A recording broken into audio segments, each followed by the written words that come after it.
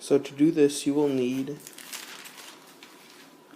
your picture, which I'm doing with Green Bay Packers, and if it's a lettering or like a word, you'll need to invert it or flip it around so it's backwards. So when you lay it down, as you can see, it will be the right side. So there's lots of different programs online. I just did this one online for free. I'll put the link in the YouTube video. But yeah, it's free programs and it just inverts it for you.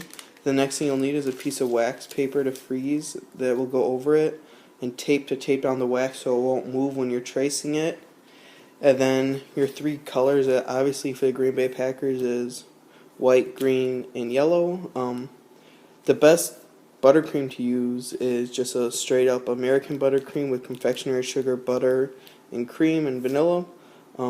Don't use like a Swiss, Italian, or French because they don't freeze hard and get a crust like the American buttercream does. Even though that I wouldn't use an American buttercream on a cake just because it's way too sugary, but it's good for something like a transfer. So the first thing you want to do, it doesn't matter if you start going in or starting from outwards like the orange and then going in, but either way you start with the colors and it's basically like doing a coloring book. So now I'll do that right now. As you can see, the first thing I did with the white is I just took this and outlined the whole white area, and then I'll go in and I'll fill in the rest with like my piping bag.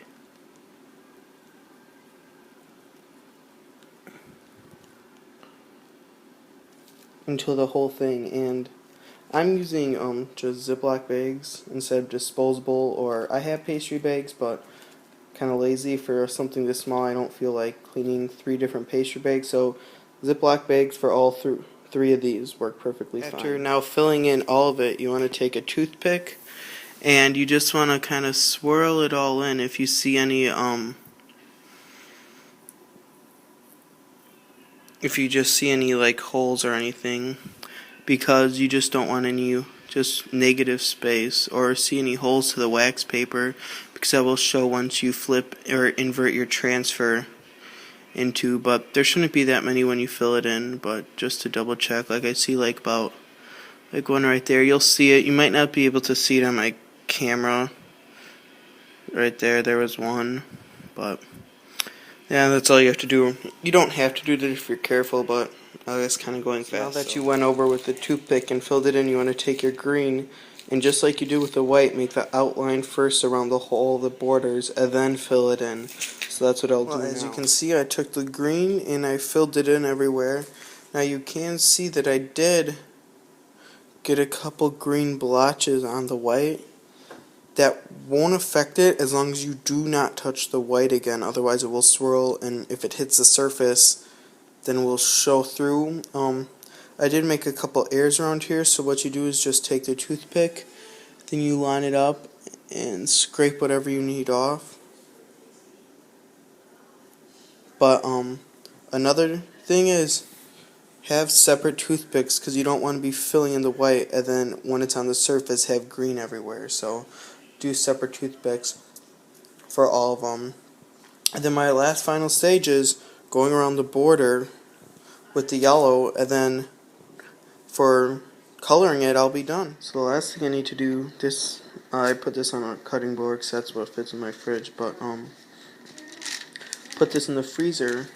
I put it in for about 15 minutes. It got super hard.